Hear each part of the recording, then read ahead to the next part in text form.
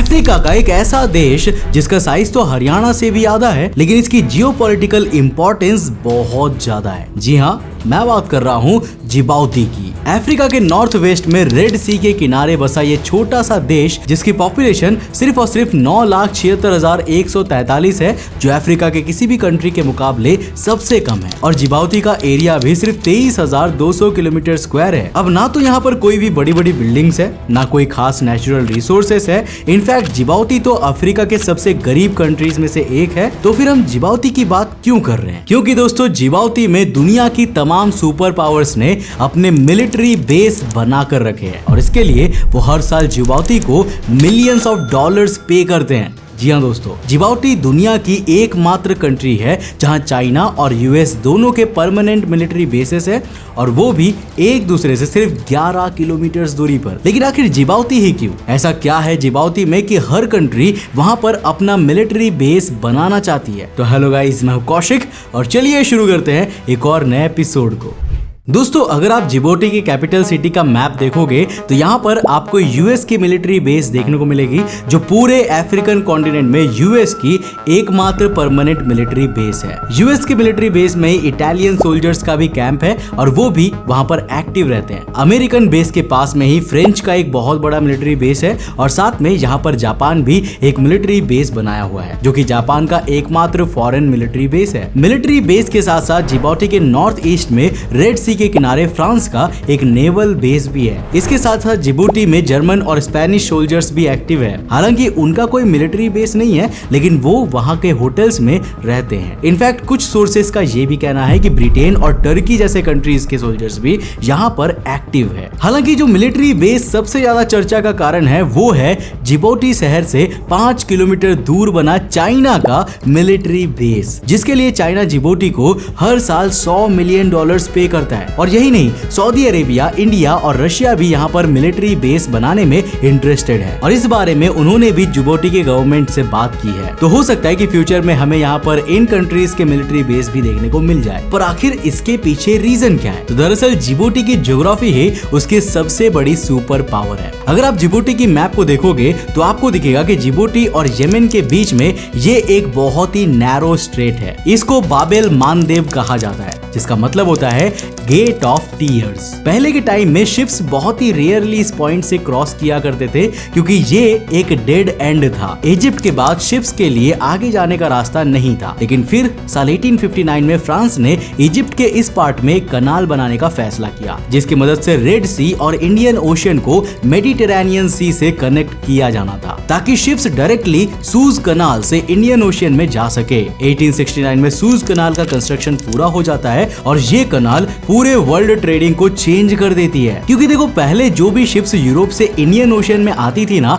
वो अफ्रीका के साउथ से केप ऑफ गुड होप से होते हुए आती थी। इसके लिए उन्हें पूरे अफ्रीका को क्रॉस करके आना पड़ता था, जिसमें ज्यादा टाइम और फ्यूल लगता था। लेकिन सूज कनाल के बनने से शिप्स डायरेक्टली मेडिटेरेनियन सी से ही इंडियन ओशियन में जाने लगी। हालांकि कनाल बनने के पीछे फ्रांस का अपना मोटिव था। दरअसल ये कोलोनियलिज्म के टाइम की बात है और तब ब्रिटिशर्स फ्रेंच से आगे निकल चुके थे। इसलिए ब्रिटिशर्स को ट्रेड में पीछे छोड़ने के लिए और खुद दुनिया के सबसे बड़ी सुपर पावर बनने के लिए फ्रेंच ने इस कनाल को बनाया था। और सूज कनाल के बनने की वजह से ही बाबेल मानदेव की इंपॉर्टेंस बहुत ज्यादा बढ़ गई, क्योंकि सिर्फ 26 किलोमीटर विड्थ वाला ये गेट ऑफ ग्रीफ अब दुनिया के लिए एक बहुत बड़ा चोक पॉइंट बन चुका था, जहां से दुनिया का most of the maritime trade होने वाला था। फ्रांस के सूज कनाल बनाने की वजह से बाबेल मानदेव का ये रीजन आने वाले टाइम में स्ट्रैटेजिकली बहुत इंपॉर्टेंट होने वाला है। ये बात ब्रिटिशर्स जानते थे, इसलिए उन्होंने साल 1857 में ही पास के एक छोटे से आइलैंड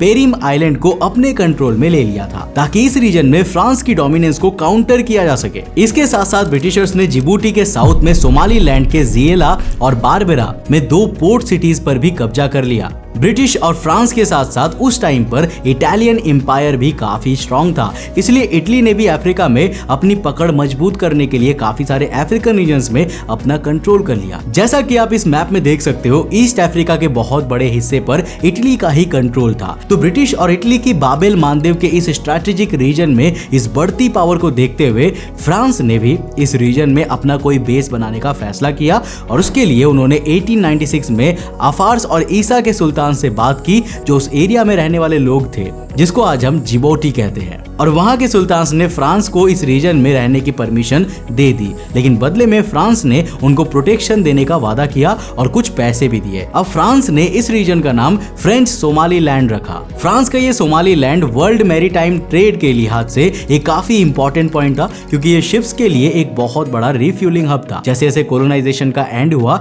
वैसे वैसे ये रीजन्स अपनी इंडिपेंडेंस के लिए रिवोल्ट करने लगे, और फ्रेंच सोमाली लैंड में भी ऐसा ही हुआ। वहां के लोगों ने भी फ्रीडम के लिए रिवोल्ट किया और फाइनली साल 1977 में उनको फ्रीडम मिल गई और रिपब्लिक ऑफ जिबौटी का फॉर्मेशन हुआ। अब जिबौटी को इंडिपेंडेंस तो मिल गई थी, लेकिन ना तो उनके पास कोई आर्मी थी और ना ही उनके पास अपने कोई नेचुरल रिसोर्सेज थे, और इसीलिए उनकी इकोनॉमी उस टाइम पर बिल्कुल जीरो थी। इसलिए फिर उन्होंने अपने पुराने दोस्त फ्रांस से बातचीत की और जिबौटी की गवर्नमेंट ने फ्रांस को जिबौटी में मिलिट्री और नेवल बेसेस बनाने की परमिशन दे दी, ताकि फ्रांस उनको मिलिट्री एड और प्रोटेक्शन प्रोवाइड कर सके। आज फ्रांस के करीब 1600 सोल्जर्स जिबौटी बेस पर अपनी सर्विस दे रहे हैं, लेकिन फ्रांस की हेल्प के बावजूद भी जिबौटी की इकोनॉमी बहुत वीक थी। ना तो वहां एग्रीकल्चर के लिए कोई उपजाऊ जमीन थी और ना ही पर्शियन कंट्रीज की तरह ऑयल और नेचुरल गैसेस के रिजर्व्स थे। ऐसे में जिबौटी ने अपने ज्योग्राफी के बल पर ही अपनी इकोनॉमी को स्ट्रॉन्ग बनाने का प्लान किया। 9/11 के अटैक्स के बाद जब यूएसए ने वॉर ऑन टेरर की शुरुआत की थी, तब मिडिल ईस्ट में अपनी पावर्स को रिप्रेजेंट करने के लिए उन्होंने जिबौटी में अपना एक मिलिट्री कैंप बनाया। जिबौटी ने उन्हें आसानी से परमिशन दे दी, क्योंकि जिबौटी गवर्नमेंट खुद चाहता था कि दूसरी कंट्रीज हमारे यहाँ अपने बेसिस बनाएं, ताकि हम उनसे रेंटल इनकम कमा सके। साल 2002 में यूएस ने जिबौटी में अपना मिलिट्री बेस बिल्ड करना शुरू किया था, जिसका नाम रखा गया कैंप लेमोनियर। साल 2013 में इसको एक्सपैंड किया गया और आज यहाँ पर अमेरिका के स्पेशल फोर्सेस के करीब 1000 सोल्जर्स अपनी सर्विस दे रहे हैं। अमेरिका हर साल इस मिलिट्री बेस के लिए $60 मिलियन जिबौटी को पे भी करता है। इसके बाद 2011 में जापान ने यहाँ पर मिलिट्री बेस बनाया, जिसको जापान सेल्फ डिफेंस फोर्सेस यानी कि JSDF ऑपरेट करती है। ये जापान का इकलौता परमानेंट फॉरेन मिलिट्री बेस है और 2016 के डेट के अकॉर्डिंग जापान के 600 सोल्जर्स यहाँ पर है। और बाबेल मानदेव में यूएस के डोमिनेशन को देखते हुए चाइना चुप कैसे बैठ सकता था, इसलिए उन्होंने भी 2016 में अपना मिलिट्री बेस यहाँ पर बना लिया। हालांकि चाइना का क्लेम ये था कि उन्होंने पायरेसी को रोकने के लिए और इमरजेंसी सिचुएशंस के लिए इस बेस को सेटअप किया है। दरअसल चाइना दुनिया के सबसे बड़े मैन्युफैक्चरर्स में से एक है। चाइना बहुत सा मटेरियल मैन्युफैक्चर करता है और फिर उनको वेस्ट में यूरोपियन कंट्रीज में और अमेरिका में बेचता है, और इसके लिए सामान को शिप्स पर लोड करके बाबेल मानदेव से होते हुए सूज कनाल के रास्ते वेस्टर्न कंट्रीज तक ले जाया जाता है। लेकिन प्रॉब्लम यह है कि बाबेल मानदेव में सोमालियन पायरेट्स का खतरा रहता है। वो अक्सर शिप्स पर मिसाइल्स दाग दिया करते हैं, उनको लूट लिया करते हैं, और चाइना ने इन्हीं से अपने शिप्स को बचाने के लिए 2016 में यहाँ पर मिलिट्री बेस बनाया था। और चाइना का एक मोटिव ये भी था कि वो मिडिल ईस्ट में यूएस की डोमिनेंस को काउंटर करना चाहता था। यूएस को काउंटर करने के इरादे से रशिया ने भी जिबौटी में मिलिट्री बेस बनाने के लिए वहां की गवर्नमेंट को प्रपोजल दिया था, लेकिन जिबौटी ने रशिया को बेस नहीं बनाने दिया, क्योंकि उन्हें डर था कि रशिया के बेस बनाने से वहां पर प्रॉक्सी वॉर छिड़ सकता है। हालांकि कुछ सोर्सेस का यह भी कहना था कि यूएस ने जिबौटी को ऐसा करने से मना किया था। अब जिबौटी के रिजेक्शन के बाद रशिया ने जिबौटी के पड़ोसी एरिटेरिया से मिलिट्री बेस बनाने के लिए बातचीत शुरू कर दी है। रशिया के साथ साथ सऊदी अरेबिया भी जिबौटी में मिलिट्री बेस बनाना चाहता है। अब आप सोच रहे होंगे कि यार ये सऊदी अरेबिया तो खुद बाबेल मानदेव के नजदीक में ही है, तो फिर वो जिबौटी में बेस क्यों बनाना चाहती है? दरअसल सऊदी अरेबिया का जो पड़ोसी देश है ईरान, उससे सऊदी अरेबिया के रिलेशंस कुछ अच्छे नहीं है, क्योंकि सऊदी अरेबिया सुन्नी मुस्लिम्स की कंट्री है और ईरान शिया मुस्लिम्स की। तो इन रिलीजियस डिफरेंसेस की वजह से जब सीरिया में वॉर हुआ और येमेन, बहरान और कतर में डिस्प्यूट्स हुए ना, तो दोनों कंट्रीज ने अलग अलग ग्रुप्स को सपोर्ट किया। सऊदी ने सुन्नीज को और ईरान ने शियाज को सपोर्ट किया, जिसकी वजह से दोनों कंट्रीज के रिलेशंस और खराब होते चले गए। और इसी वजह से कई बार ऐसी खबरें सामने आई है कि ईरान स्ट्रेट ऑफ हॉर्मुज को बंद कर देगा। बाबेल मानदेव की तरह ही स्ट्रेट ऑफ हॉर्मुज भी एक बहुत ही इंपॉर्टेंट चोक पॉइंट है, क्योंकि पर्शियन गल्फ से इंडियन ओशियन में जाने के लिए यही एकमात्र रास्ता है। अब ये इसीलिए भी इंपॉर्टेंट हो जाता है क्योंकि सिर्फ मिडिल ईस्ट में दुनिया के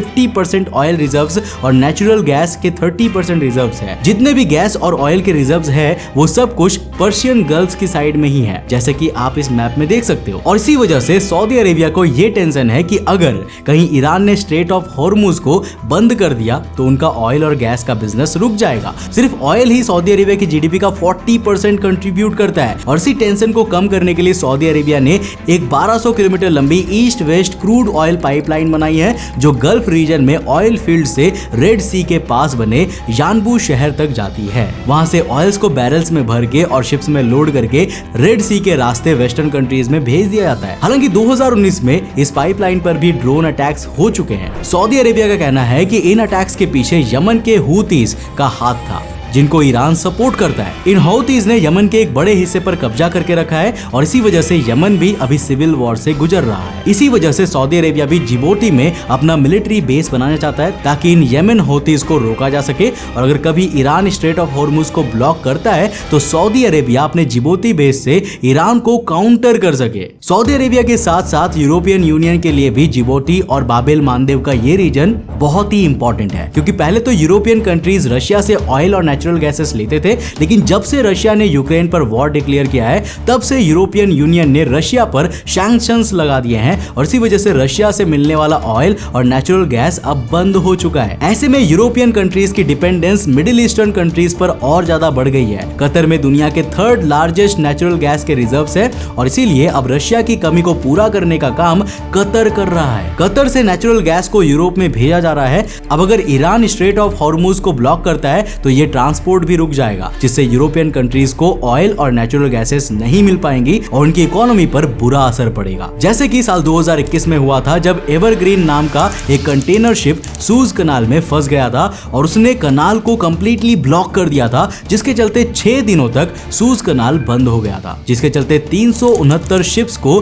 सूज कनाल के बाहर वेट करना पड़ा और $9 बिलियन के गुड्स का ट्रेड रुक गया, जो इन 6 दिनों में कनाल से पास होने वाला था। और अगर सूज कनाल की ही तरह बाबेल मानदेव भी ब्लॉक हो जाता है तो फिर यही प्रॉब्लम सामने होंगी। पूरे वर्ल्ड की इकोनॉमी पर नेगेटिव इफेक्ट पड़ेगा। ऐसा ना हो पाए इसीलिए यूरोपियन कंट्रीज की आर्म्ड फोर्सेस भी जिबूती में एक्टिव है ताकि ईरान और यमन को काउंटर किया जा सके। हालांकि प्रॉब्लम सिर्फ मिडिल ईस्ट में ही नहीं है, जिबूती की पड़ोसी देश भी काफी बुरे समय से गुजर रहे हैं, जैसे कि एरिट्रिया, जिसको 1993 में इथियोपिया से इंडिपेंडेंस मिली थी। उसके बाद इसाइयास अफवर्की बने थे, जो आज भी 30 सालों से एरिट्रिया के प्रेसिडेंट बने हुए हैं। 1993 के बाद ना तो एरिट्रिया में कोई इलेक्शंस हुए हैं और ना ही वहां कोई कॉन्स्टिट्यूशन है। वहां पर सिर्फ एक ही पॉलिटिकल पार्टी है, people front for democracy and justice. अब पार्टी के नाम में डेमोक्रेसी जरूर है, लेकिन काम डिक्टेटरशिप वाले ही है। सोमालिया का हाल भी अभी कुछ बेहतर नहीं है। सोमालिया भी सिविल वॉर से गुजर रहा है। वहां पर कुछ आर्म्ड रेबल ग्रुप्स ने सोमालीलैंड नाम से एक पूरे एरिया को अपने कब्जे में कर रखा है और साथ ही साथ अल शबाब नाम की एक इस्लामिक मिलिट्री ऑर्गेनाइजेशन ने भी सोमालिया के काफी हिस्सों पर अपना कंट्रोल कर रखा है, जिसके अल कायदा से कनेक्शंस बताए जाते हैं। सोमालिया में पायरेट्स का भी बहुत बड़ा नंबर है।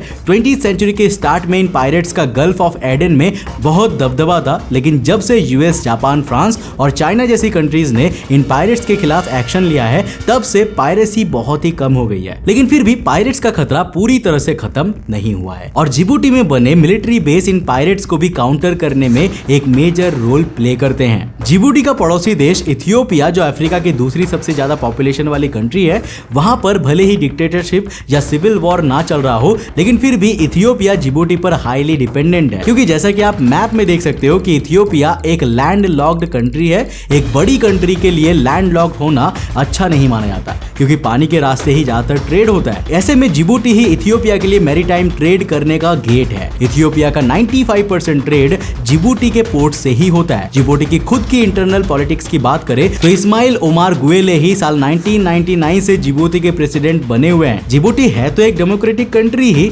लेकिन वहां पर एक पार्टी का ही डोमिनेंस है, जिसका नाम है पीपल्स रैली फॉर प्रोग्रेस, यानी कि आरपीपी। बाकी ऑपोजिशन पार्टीज को लिमिटेड फ्रीडम दी गई है। हालांकि ओमार गुएले के रिलेशन बाकी कंट्रीज से अच्छे हैं, इसलिए इस वन पार्टी डोमिनेंस का विरोध कोई भी दूसरी कंट्री नहीं करती है। इंडिया की तरफ से गुएले को 2019 में पद्म विभूषण भी दिया गया था क्योंकि उन्होंने यमन से इंडियन सिटीजन्स के इवैक्यूएशन में हेल्प की थी। हालांकि इस सब के बावजूद भी जिबूटी की इकोनॉमी दुनिया की सबसे वीक इकोनॉमीज में से एक है। कंट्री की जीडीपी सिर्फ 351 करोड़ डॉलर्स ही है। हालांकि अब ये धीरे धीरे बढ़ रही है। पिछले 15 सालों में जीडीपी 104.91 करोड़ से 351.51 करोड़ पर पहुंची है। यानी जिबूटी ने सिर्फ 247 करोड़ यूएस डॉलर तो सिर्फ पिछले 15 सालों में ही कमाए। जिबूटी की इकोनॉमी अभी वर्ल्ड में 172वें नंबर पर है। जिबूटी में जो भी मेजर कंस्ट्रक्शन और इंफ्रास्ट्रक्चर प्रोजेक्ट्स हो रहे हैं या हुए हैं ना, उनमें से ज्यादातर प्रोजेक्ट्स डेब्ट लेकर ही हुए हैं। जिबूटी पर चाइना का 1.4 बिलियन डॉलर्स का कर्ज है